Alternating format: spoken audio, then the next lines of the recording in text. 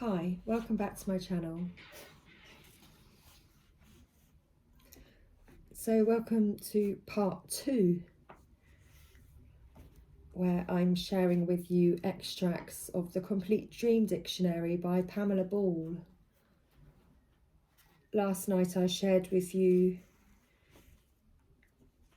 the language of dreams and the different types of dreams that you may experience.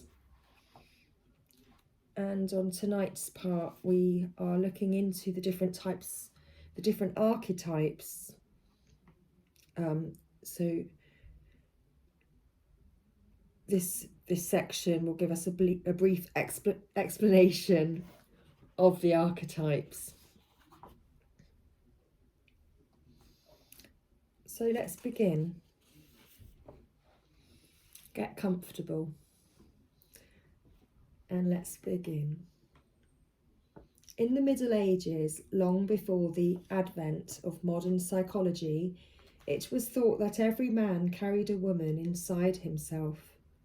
Although it was Jung who first gave a name to the anima, the feminine within, and to the various parts of the personality, and also recognised man's potential for developing symbols as a way of understanding, it had long been recognised that there was duality in the way man thought.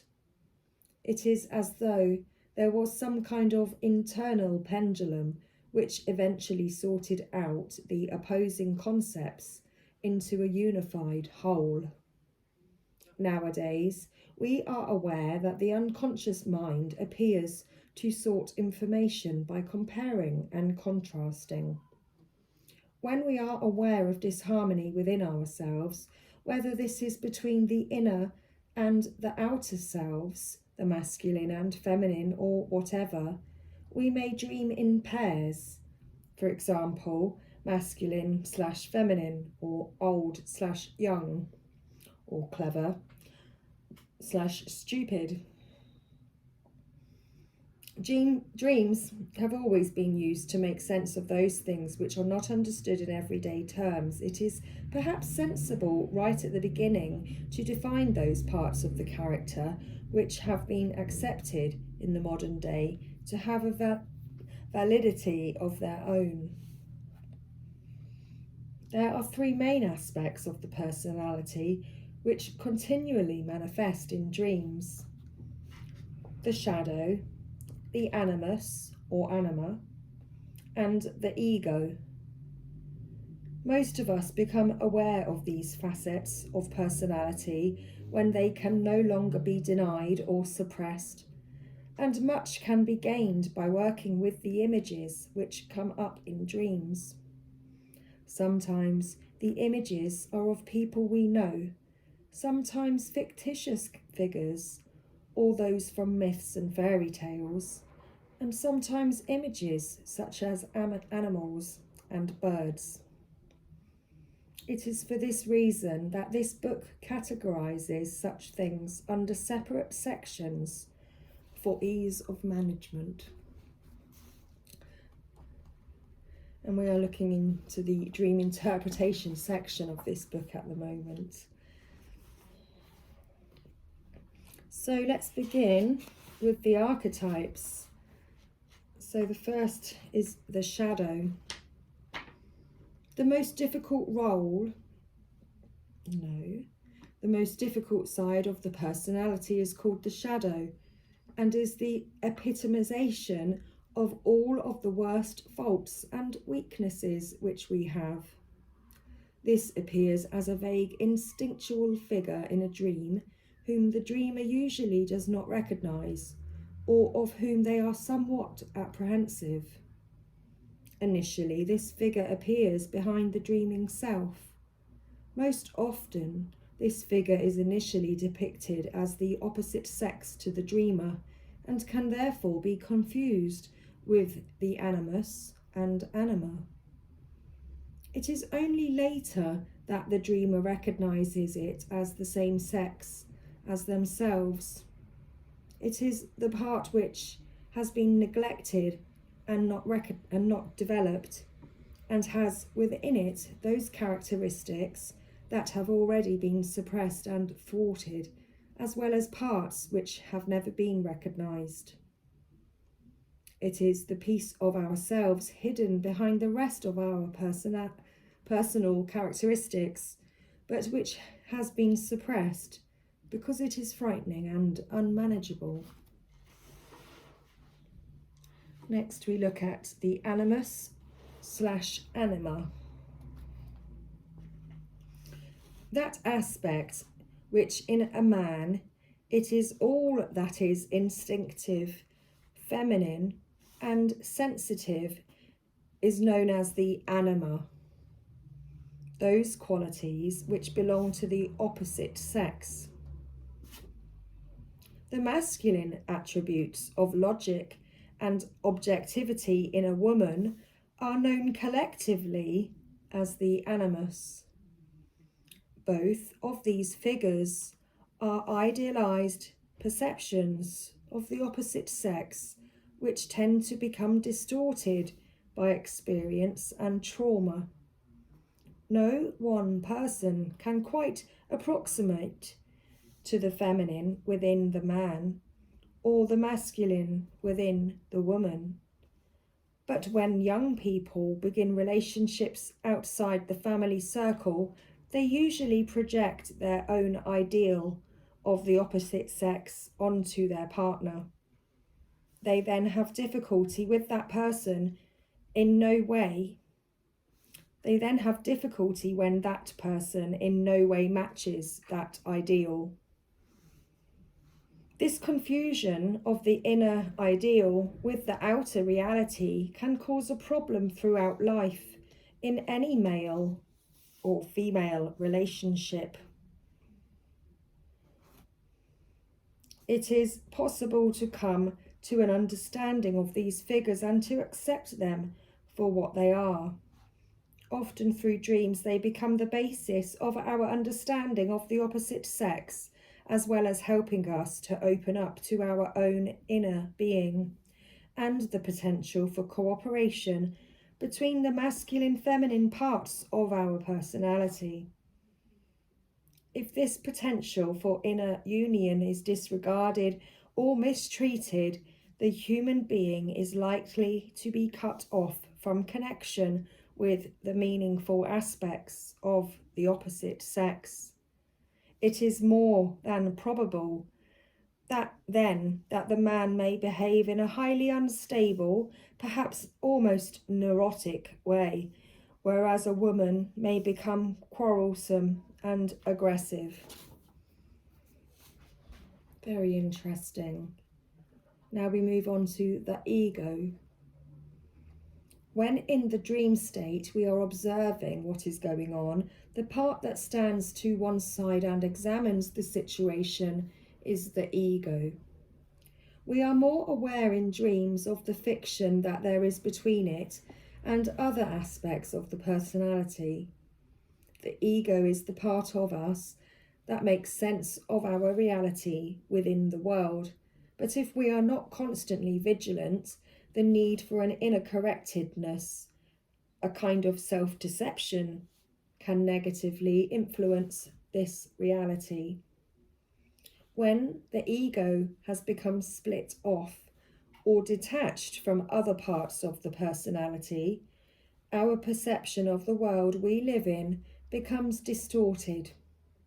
We may find difficulty in accepting anything other than our own view of the world and become self-seeking and closed-minded, as well as having difficulty in relating to others. When this process goes too far, other aspects try to restore the balance through dreams. Developing objective self-criticism, observation of our fantasies and patience can create a balance. The ego, therefore, as a balance between reason and imagination, must be brought under control, although it can never be given up altogether. The true self. Within each of us, there is a potential for true creativity, which is most likely initially to communicate through dreams. This true self first appears as a figure or possibly belonging to the future, but as the other aspect becomes properly synthesized, the individual, in his waking life, may then be able to manifest with himself or herself the complete, real, many-sided self. When the dreamer learns to work with archetypal images and is prepared to make the effort to understand them, the dream figures play their role in helping to create a sustainable reality that manifests in the real world in the form of better relationships, increased opportunities for success, and a happier way of living. They will then have accomplished their task, and are less likely to appear in dreams, except in times of stress or trauma. The inner self is packed with potential, which, given the right stimulus, may be used as power. Using the true self to gauge one's own abilities results in a more efficient use of the energy which is inherent in each of us. Wonderful. So now I'm going to move on a section where we gain a further understanding and we look a little deeper into these archetypes. Personal growth takes place as we learn to understand and integrate each of the many facets of our character. But each aspect of the personality must ultimately grow in its own sphere and achieve a balance without disturbing the purpose of the others. It is vital to keep the correct personal aim in focus. As each part of the character matures, we are able to comprehend our own way of operating within the world more and more. When conflict does arise between the various aspects, while the process may be painful, if we understand it, often through dreams, it should not be destructive. The interaction between the archetypes should both improve and sharpen the character and those parts, having first been seen as separate entities and then understood, should become familiar, manageable and properly integrated into the whole personality. This again allows access to the higher aspects of creativity. So let's look further into the shadow. When part of our own personality is suppressed or forgotten, it can often assume the guise of what might be called the personal demon. Everyone has his or her individual shadow, the worst side of him or herself that has not been recognised. Meeting the shadow is painful. The distress of seeing ourselves as we really are in our worst moments can be almost unbearable and is often the stuff of nightmares. One way to meet the shadow is to think of all the things we dislike most about people. Add to that everything we find hard to deal with in man's treatment of his fellow man, and try to imagine what sort of person this would be. It is everything we hope we are not, but fear we may be. And unfortunately, if we have the courage to ask others for an assessment of our character, they may well have just perceived just those qualities within us. The sensible artist may have a totally egotistic shadow. The man or woman of compassion may have a cruel, overbearing shadow when thwarted. The intrepid mountaineer must overcome his fear of ridicule before he can succeed. When we are able to face this or for inner entity with integrity, we learn to accept our own inadequacies, and from that acceptance, learn to see the rest of reality honestly. The shadow will often appear in dreams as someone for whom we have strong negative feelings, are afraid of, or envy, but whom we find difficulty in ignoring. We come to understand when we realise that we have been given an opportunity through dreams to bring such feelings to the surface rather than ignore them. This is the route to greater understanding of others and of new perceptions of the unconscious. When we have the courage to face the shadow, to pinpoint the behaviour patterns within ourselves, we are moving towards wholeness. We can admit the shadow's existence and recognise it for what it is, a distortion of perceived reality, often made more difficult through childhood misapprehension. The child primarily perceives a need to have things right within his or her world and will begin very early on to create a type of reality where this can happen. This may mean suppressing parts of the personality which are not perceived to be appropriate, because this is the only way they can be dealt with. It often means that the child accepts the projections of other people's personalities because he or she does not have enough information to question their validity. The conflict between the inner personality and the outer information then becomes highly destructive, either on an inner or an outer level, and a kind of grey area is created where everything which is not understood or properly processed resides. Dreaming can enable us to integrate the shadow into the personality in such a way that we are able to live more fully both on an inner level and on an outer level. Dreams can both alert us to the need for integration and assist in the process. We can often get back in touch through dreams with those normal feelings, right responses and creative abilities that we have suppressed and buried long ago with the negative and destructive ideas of the personality.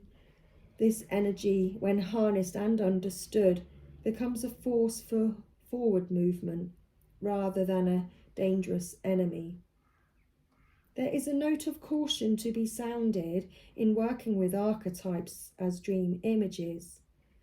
It is unwise to concentrate totally on either the inner realm or the outer reality, lest we find ourselves limiting the extent and richness of our lives. We run the risk of yet again creating fantasies and illusions. The introvert needs to begin to experience the outer reality, and the extrovert to experience the inner self. This is a fresh experience that allows us to experience life in a new and, for us, innovative way, which may not always initially be comfortable.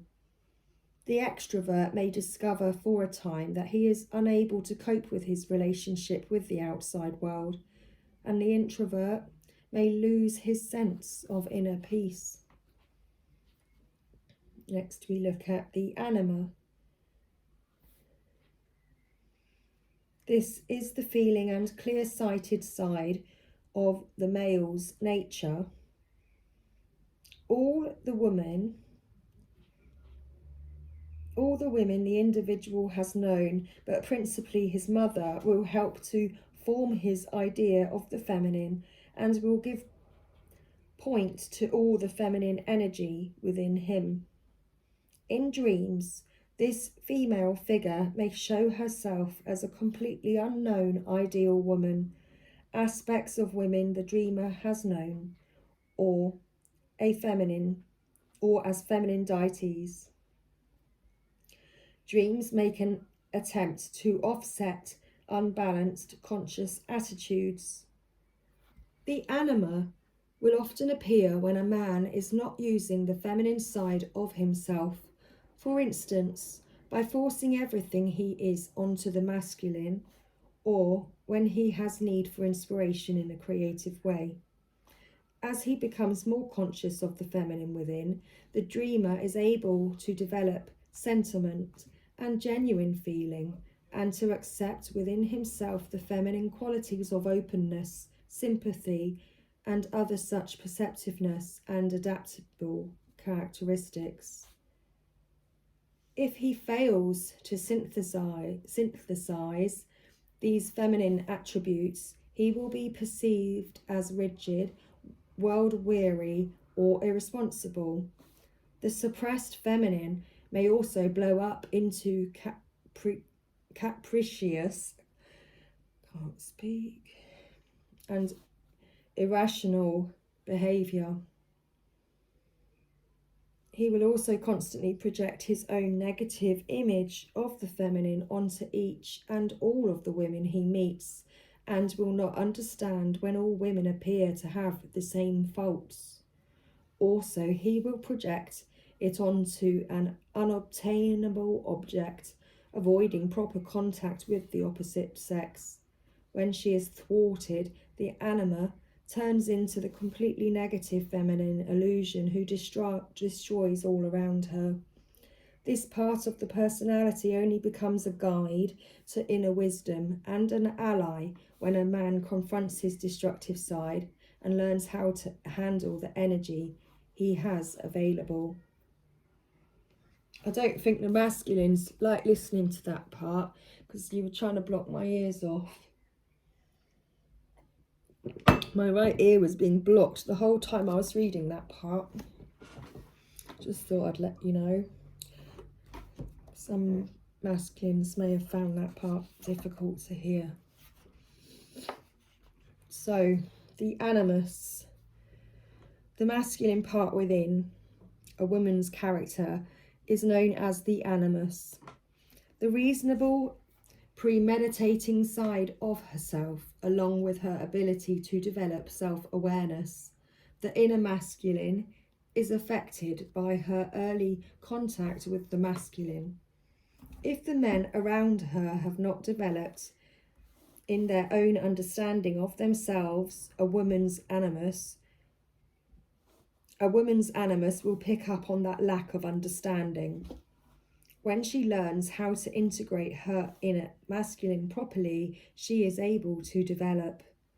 While the animus is completely different for each woman, it is only when she is capable of developing this side of herself and regarding it as almost a completely separate personality that she will be able to use it as a natural guide to the deeper layers of her own personality.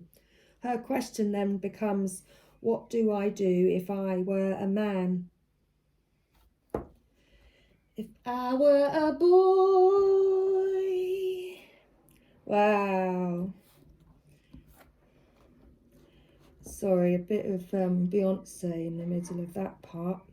The animus usually displays itself in dreams to emphasize the woman's need to develop the masculine traits in her personality. A woman can become confused when her judgment has been distorted by the customary assumptions that she has taken as her own and has never questioned. They have been handed down to her as truths, and she has not been prepared to look at her own inner philosophy. Only when she learns to develop her own judgment can she then put to good use the masculine inside herself without overdeveloping the need to compete with men or equally to be destructive to other women. A woman must evolve that side of herself that can judge without being judgmental, create strategy without being inflexible, and can deliberately, rather than instinctively, maintain a hold of her inner reality. The animus, like the anima, can be projected onto the men around her, and when the negative side of the animus rules her ability to think and plan, she may become obstinate and self-seeking, with the thought that she is owed her success. Continuously she will be irritated and antagonistic to her man if she does not realise that she is mirroring her own masculine side. Relationships will fail over and over again until she realises that each failure is down to her. When she is able to take responsibility for her own lack of wisdom, she can progress and grow, and so can the relationships she has. When we have made contact with the animus or anima, we can allow ourselves to integrate them into waking life and use the power released. Dreams allow us to access the singular characteristics which make each person so individual. There may be some conflict between the masculine attributes and the feminine ones, but once some kind of equilibrium is established, the integration of the whole character can take place. This leads to a much greater awareness and ease of life. Okay, it's a lot of reading. I think I need some water.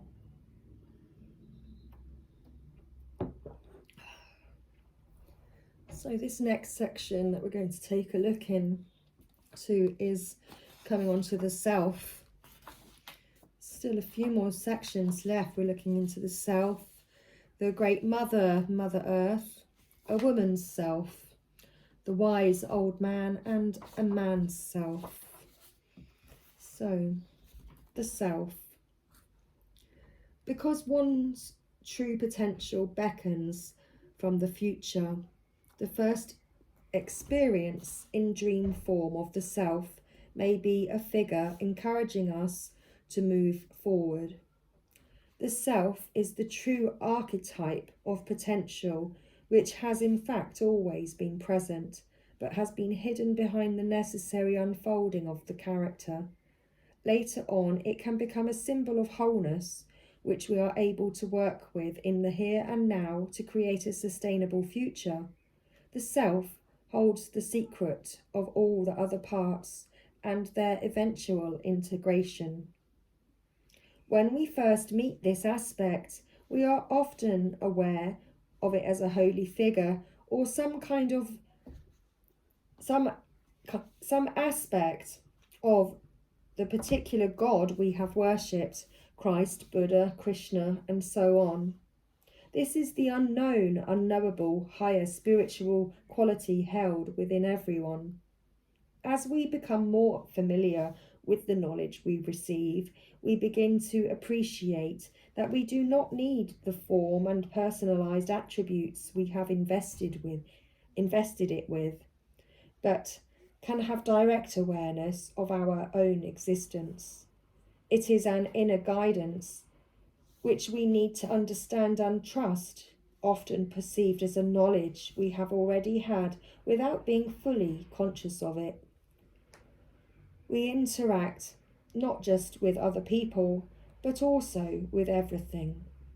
We cannot exist without the interaction which goes on at every level in our lives, and must appreciate that we are ultimately all part of one greater whole. It is an essential component in the two-way traffic between the uniqueness and the holiness of our being.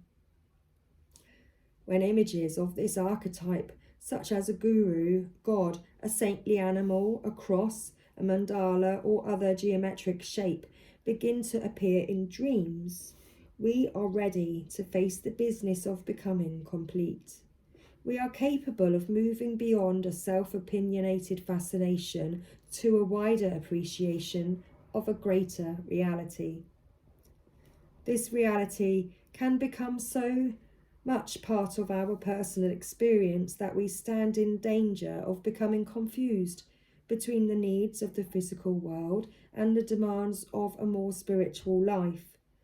Only by being prepared to interweave the two and pay attention to the demands and benefits of both do we live our lives successfully. When negative or destructive images occur, such as demons and vengeful gods, we are made mindful that we are dismissing the power of the self. It is often at this point that we make a decision to advance and to change for the better. If we do not, often change will be forced upon us. So, the Great Mother, Mother Earth. This archetype is the personification of all the aspects of femininity, both positive and negative. In searching for this ideal, women must use and interpret all the separate functions of her being. She must learn to use sensation, feeling, thinking, and intuition as her tools, rather than as weapons, and often does this through dreams. This fundamental figure is not the nurturing, mothering side of women, but is a much more spiritual, innately wise sense of self. All life and the instinctual awareness of its processes is the Great Mother's sphere, and her attributes can be cultivated in many different ways. A woman's self. Every woman is herself the epitome of feminine energy. As she matures, her abilities express themselves through the functions of sensation, feeling, intellect, and intuition. Her focus is on the intangible side of life, on instinct and on feeling. She recognizes the processes of life and death and of rebirth. Ideally, she seeks to create, but at the same time knows she holds within the ability to demolish. She can be merciless within the destruction, seeing no point in maintaining that which is flawed. In each individual woman, there is a striving to express each function as fully as possible, and she will tend to counteract her own inadequacies by seeking balance through her man. The mothering type of woman thus seeks union with a man who needs nurturing, and as in the example of the princess with the father figure, these relationships work until such times as either partner recognizes that they can develop other sides of their personality. The wise old man. This is the prime archetype of the man's whole self. He is the composite figure of all the masculine characteristics which have been understood and assimilated. When a person recognizes that the only appropriate guidance is that which comes from within, the wise old man often appears in dreams. By drawing on the deep well of the unconscious, a protector and ally appears to be a source of inspiration and understanding, to give advice and to support necessary decisions. Within the wise old man are combined the functions of sensation, feeling, thinking, and intuition. A man's self. A man's self will express itself much more through intellect, logic, and conscious awareness, although today's society can mean that he will deny the intuitive function. Each person again grows into maturity by developing the functions of thinking or intellect, sensation, emotion, and intuition. For a man in this day and age, the process of separation from the mother is understood as a process of individuation and development, and the need to be separate from and yet connected with his unconscious self. If a man loses himself too much on an intellectual, logical level, his dreams will begin to depict the danger he is in, provided he remembers not to try to counteract his inner self by developing the macho side of himself at the cost of everything else, he will reach a state of equilibrium which allows him to relate to the rest of the world on his own terms. He will achieve a coherence which allows him to operate properly as a human being. He will not seek to express his inadequacies through his relationships or need to do so through his dreams. So that was the end of the Archetypes section, and I hope you enjoyed that this evening. The next section explains the methods of dream interpretation. So I'm going to leave that up to you if you wish for me to continue reading. Please do let me know, like, comment, and pass the message on. Much love, everybody. Sleep well. Sweet dreams.